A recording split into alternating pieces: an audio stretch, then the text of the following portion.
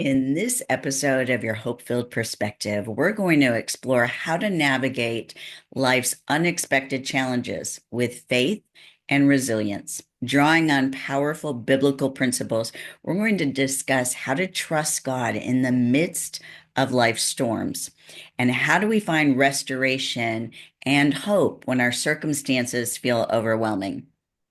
Our conversation is going to delve into practical tools for facing adversity, embracing God's peace, and emerging stronger through our trials. If you've ever wondered how to hold on to faith when life takes an unexpected turn, this episode will inspire you and equip you to trust God's plan and find hope in the storm. Welcome back to another episode of Your Hope Filled Perspective, where it's always our goal to restore hope, renew minds, and empower listeners to live in your God-given identity. I'm your host, Dr. Michelle Bengtson, and I'm excited for you to hear today's conversation. Today, we're going to be talking about overcoming life's challenges with faith and hope.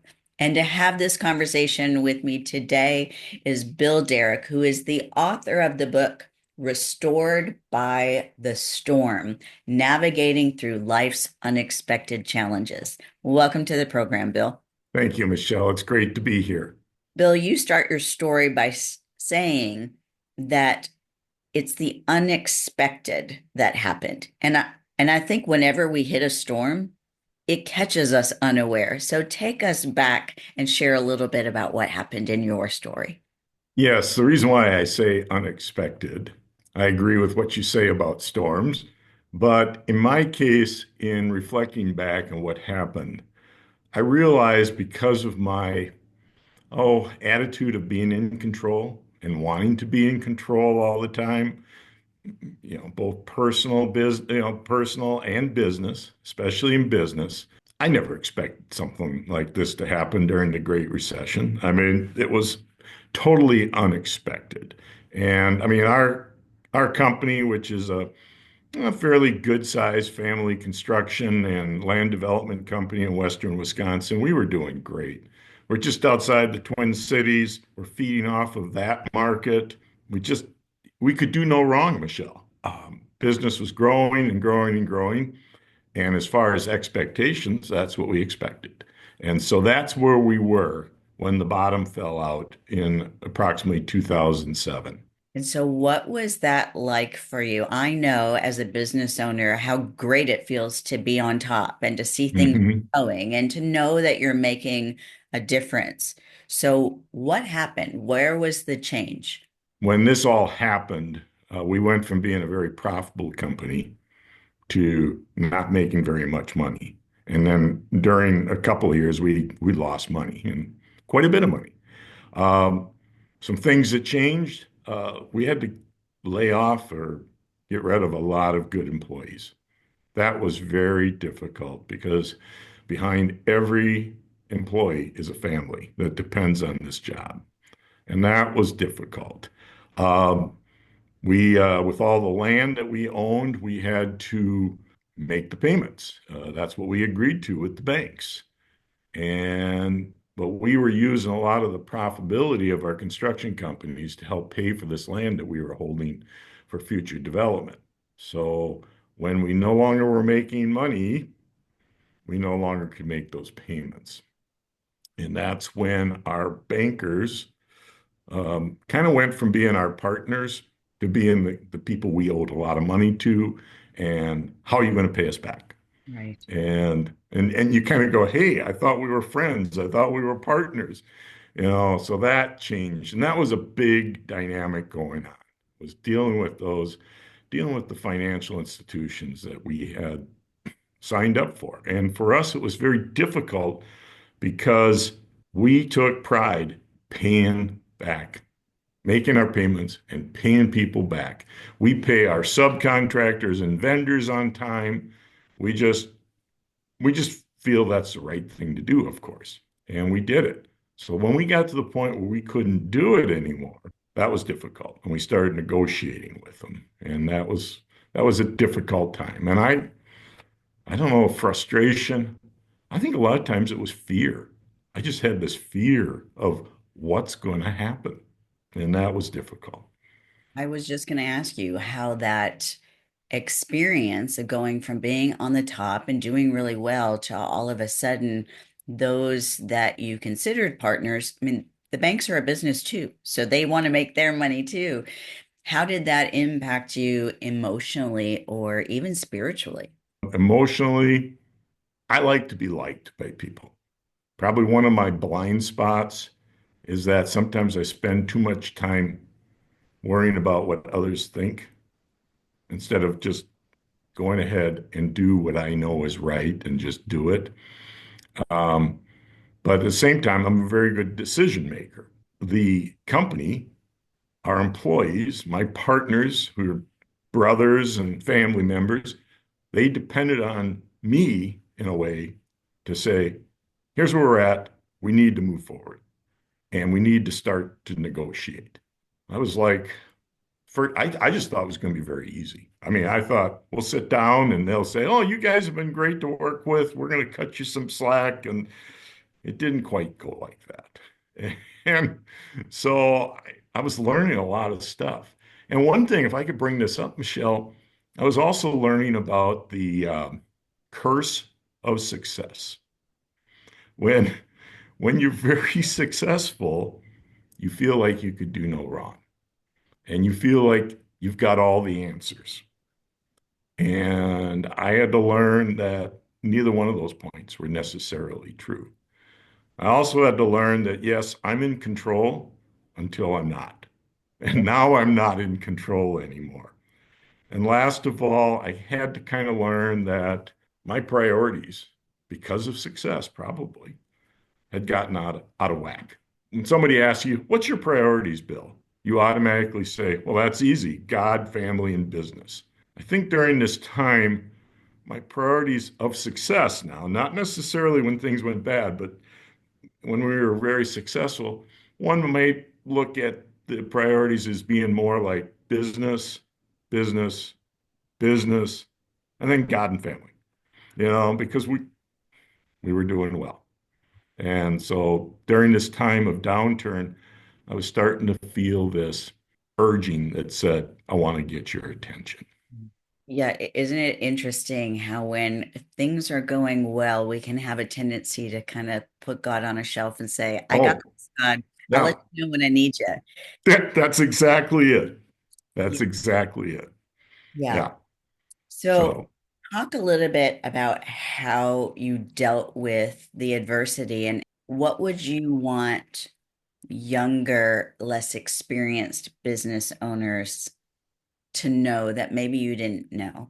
well, I'm going to say something really unexpected here right off the bat. I'm going to say possibly one of the benefits of us dealing with the banks at this time is that we didn't know what we didn't know. We had never gone through this before. So, my assuredness of myself as far as getting through this, my education, especially my business background, all that kind of started coming into play. And I said, okay, here's the plan. Now, on the other side of that, I was starting to go, God, I've made a mistake. I thought that I was so good and so in control that I was immune to the storms of life, especially the business storms. And okay, I've learned my lesson.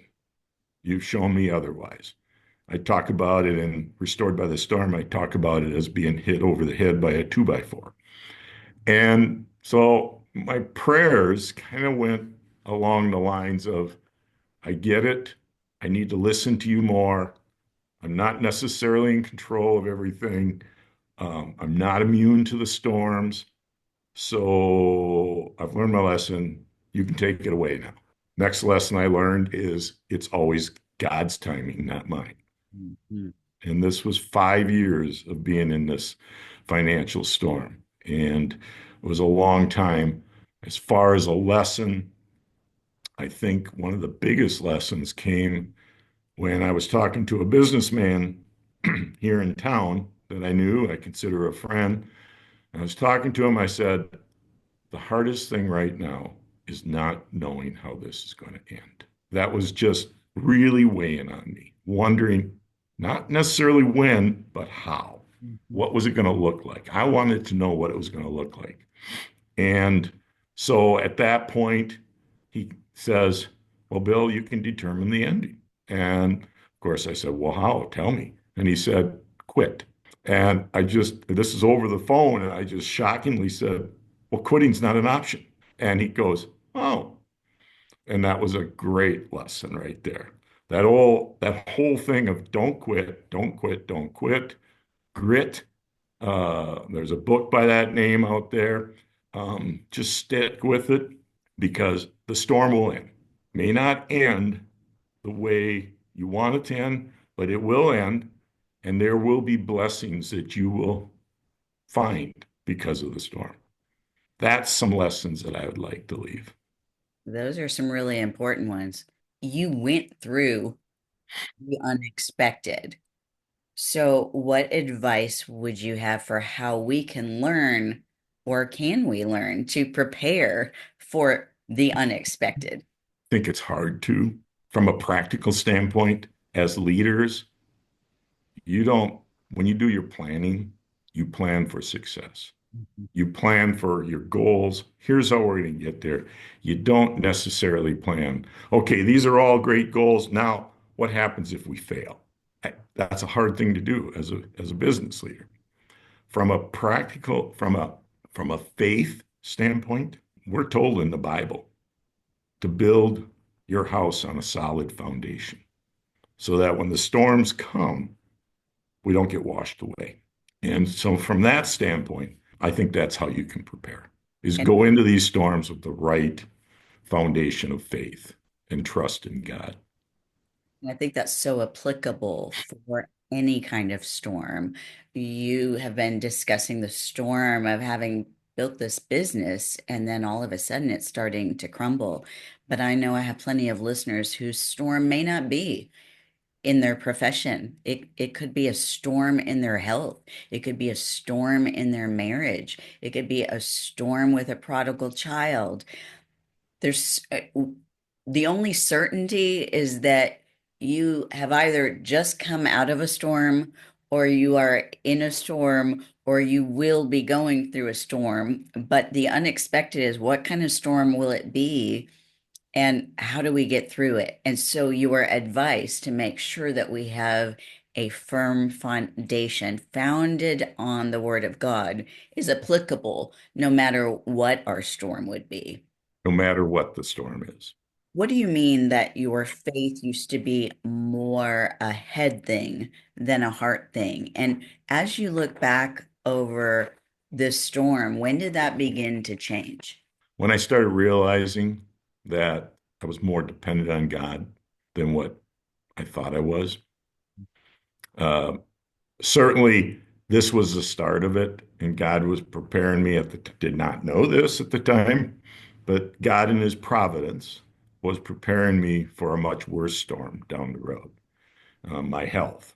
But during this first storm, he was preparing me, my mind, my soul, my spirit, that sense of grit and that sense of just trust in me, Bill. Just quit this. You got all the answers. You got all these plans. Well, I've got plans for you too. And my plans take precedence over your plans. And so all those things came into play during this time. And really when I came out of this storm after 5 years, I didn't know it, but I was in a much better place for what lay ahead for me. I think your experience is very common in that because we sometimes have a tendency to put God on the shelf when things are going well. People will ask me frequently what I think the purpose of pain and suffering is. And I don't know for sure what God's response would be to that, but I can say that when things were going well, I wasn't as dependent on God. I wasn't as faithful about asking how he wanted things to go. It was when I've gone through the storms of life, Hmm. only place I had to look was up to him. that I grew the most, that my faith went from being head knowledge to heart knowledge. And it sounds like the same was true for you. Yes, I'm borrowing a phrase here, but my faith progressed to where I wanted to be more of a follower of Christ than a fan. And I think that's that whole going from head to heart. Would you say that that was worth it? Um, yeah, right. I mean, certainly. I should have probably been a little more positive about the yes, certainly. It's just that when you're going through the storm, it's hard to see that. Oh, for sure. Yep. And your answer and my answer may not have been the same in the midst of our storms, but I'm at the place now where I can look back on some of life's storms and be grateful for them because had God not steered my ship, I would probably be in a worse place than I am now. Not that I That is want to right. go through that again. No, Let's be clear, I didn't enjoy no, no, I don't need that. No, but on the other side, I can see that there was a greater purpose. Not that God even caused the storms, but that he worked them for good, for an eternal good. That's why I wrote Restored by the Storm, is because I wanted to document, yes, the storms are part of the story. The details are part of the story. But most importantly, what I wanted to accomplish with Restored by the Storm was to document what I had learned and how I felt during this time and what God was doing in my life and the people that God was bringing into my life during these times that and the dependency I had, not just on God, but on other people to get through this. Friends, we're going to take a real quick commercial break, but I don't want you to go anywhere because when we come back, we're going to continue the conversation with Bill and continue talking about overcoming life's challenges with faith and hope. We'll be right back. Welcome back to your hope-filled perspective, where today we are talking with Bill Derrick, who is the author of the book Restored by the Storm, Navigating Through Life's Unexpected Challenges. Before the break, we talked about pretty big storm that Bill had to go through.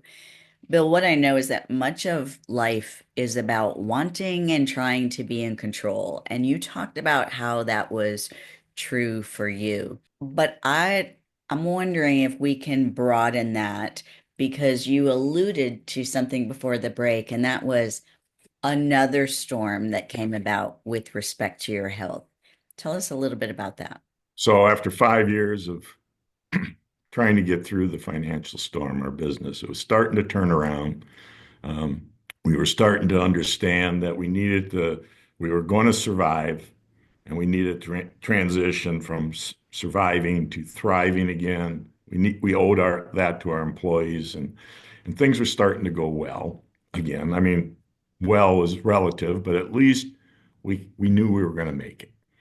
And uh, it was about this time I started feeling a lot of aches and pains, and in my ribs, in my back, and uh, it became quite painful. And we started doing tests, and it took a while, and probably it took over a year, or just about a year. And um, I was in for another ailment, and the doctor that I had saw did a blood test, and he came back and he said, "You need to see a hematologist." He said, your protein level in your blood is way too high. There's something going on." And of course, immediately you start to think, oh boy, you know. And so we went to a hematologist, did a bunch of tests. Some of them were uncomfortable, some of them were just plain painful, but you get through it. And on Thanksgiving in 2013, my hematologist that I was seeing at that time called me at home and said, "Bill, I want to confirm with you that you have multiple myeloma, which is a non-curable blood cancer." He said, "You're scheduled to come in tomorrow. We'll talk more about it then." So when we were in the office with him the next day and he confirmed it, and we kind of went over some things. And I mean, I didn't know too much about multiple myeloma. I know a lot about it now, but I didn't back then. And one thing that was noticeable was when he told my wife Jeannie and I that my prognosis and all that, we just said, and we just kind of sat there and said, okay, we've got this. And I was realizing that God had just spent 5 or 6 years preparing me. I mean, it sounds a little weird, but I was prepared. And and he looked at us and he said, your reaction isn't quite what I'm used to seeing. I'm sure And I not. just, yeah, and I just looked at him and I said, we don't know what we were ready for, but we're ready for it. And I don't know what the future holds, but we're ready to move forward. And because I knew that God was going to be there. And I knew he was just confirming one more time, Bill, you're not in control. You thought you knew what your life was going to be, but it's not going to be that. But I also knew there was a reason behind it too. And so, did I know at the time what my lifespan was going to be going forward? No. I mean, it's a killer disease. And so I didn't know. Life expectancy was like 7 years from diagnosis, that that type of thing. But but that's where I was at. But I was ready. If you can be ready to be told you have cancer. Right. So, And how long ago was that you were given the diagnosis? 2013. So if you use the stats at the time, 7 years is the average life expectancy. I mean, I've known people that got diagnosed and died in 2 years. I know people that had it for 4 or 5 and died. And I know people who had it and unfortunately maybe got pneumonia or something else and died. Um, so that's 7 years. My attitude was basically once I started going to Mayo Clinic, I told my hematologist there, I know statistics and things like that. 7 years is the top of the bell curve. I said, but half of the bell curve is on the other side.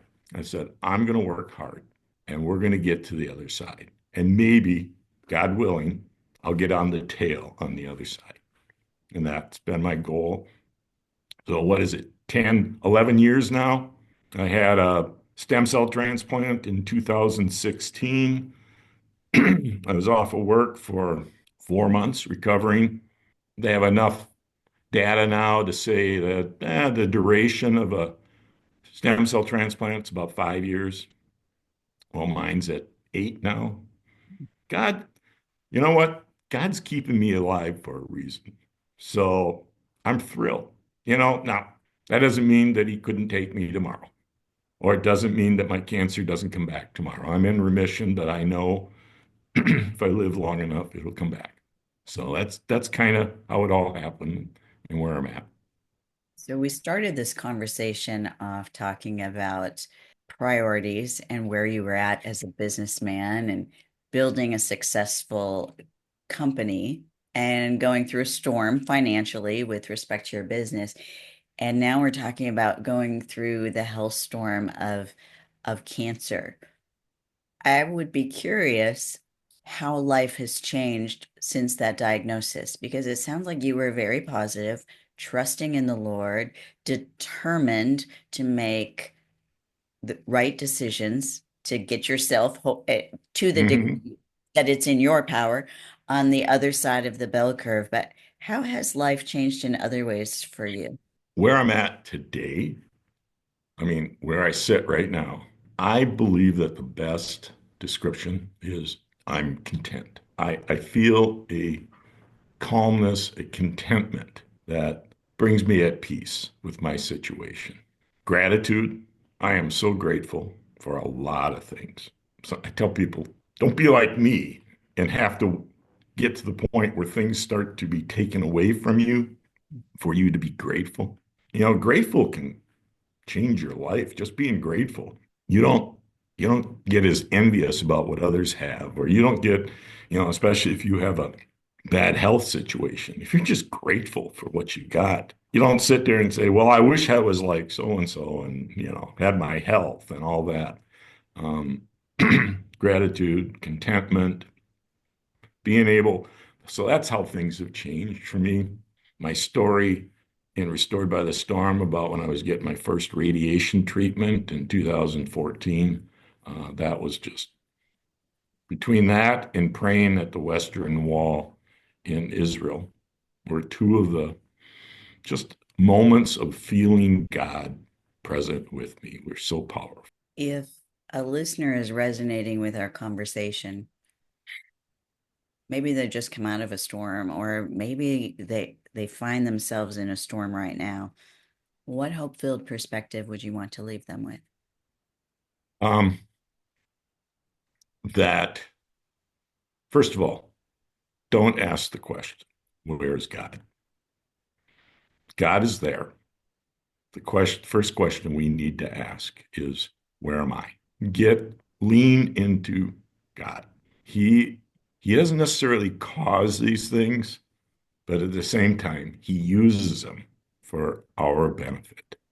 And if we can just get our minds to that point, to where we understand that, and we can say, all right, God, I'm along for the ride.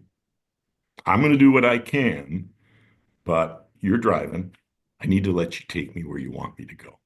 Because at the end of the day, I understand whether I like the ending you have in mind or whether, whatever it is, it's your will. I need to be at peace with that. And that's kind of that would be summing up what I would like to tell people. What a journey, Bill, for you to go from a place where you were in control and striving to maintain control, Hmm. now getting to the place where you've surrendered control to God's will and God's way. Isn't that what He wants for all of us? Because His way is best. We think our way is best, but His way is always best. And what a hard fought but valuable lesson you've learned through these storms that you've been through. I believe so. I don't want anybody to misinterpret the fact that I'm not glad I have cancer. I mean, I wouldn't wish that on anyone, but I am extremely glad, extremely pleased about the blessings that I have received because of cancer. I understand very strongly that God's kept me alive for a reason. I, you know, certainly I hope that it's not just about publishing this book and then I'm done. At the same time, I believe that He's given me a story and He's given me skills to be able to write this book, which I am told is a very good book. And then to get up in front of a crowd. I mean, I love public speaking. I love storytelling. And so I love to get up in front of people and with boldness, whether it's a business group or whatever type of group, with boldness, I can get up and tell my story and maybe help one or two people in that audience with whatever is going on in their lives and maybe bring them that much closer to God. And that's kind of where I'm at. That's such a beautiful illustration of God bringing beauty from ashes, the ashes of your pain and suffering. And I think back to Bill before the storm. We The can, old Bill? yes, and how much the new Bill's message would have meant to the old Bill. And so I'm appreciative of the fact that you've recorded it to help other Hmm. people. I think that's one privilege that we get and why God tells us to share our testimony, because nobody can argue with Bill's testimony. This is what you experienced and this is what Yes. you learned. But boy, if you could shortcut that process for someone else so that they would get to that point of surrender a little bit earlier in the process, maybe it wouldn't be quite as painful. Yeah. I've had pastors who have heard my story, read my book. And one of them said that, wow, this makes me think. He said, I hope that God doesn't have to hit me over the head with a 2x4. So it's like I'm not perfect. That's one thing about writing this book and giving my testimony to people like you that, you know, who knows how many people will see it, is I don't want anybody to feel like the new Bill is perfect. I am far from perfect. I am not perfect. Um, and so I just want people to know that this is what I've experienced and this is how I feel. This is what I've learned. And I truly am in a good spot. I mean, God's brought our business back from the ashes. We're doing very well there. And from that, I have a different understanding of what I did before. I realize now God doesn't care about my success. What he cares about is what I do with my success. I'm on this earth to help him in his mission. And if I can help others, make a difference in other people's lives, that's kind of my mission right now. And when the time comes where he says, you've done your job and takes me home, so be it. I'll Well, be happy. I thank you for coming on the program, sharing out of your own painful storms, the lessons that you've learned, and the hope that we can take from your message. Friends, I, I just know that there was something in Bill's sharing today that has encouraged your heart because how could it not? If you know someone who's going through a storm right now, and like I said, you've either just come out of one, you're in one, or you're preparing to go into it. Jesus told us it was going to happen. We just can't control what it is or when it happens. But if you know someone who's in a storm and they're really struggling, would you consider sharing this episode with them to give them a biblically based, hope-filled perspective? It's been a joy to be with you again this week. I'm looking forward to having another hope-filled perspective for you next week. But until then, it's my prayer for you that you have a hope-filled week.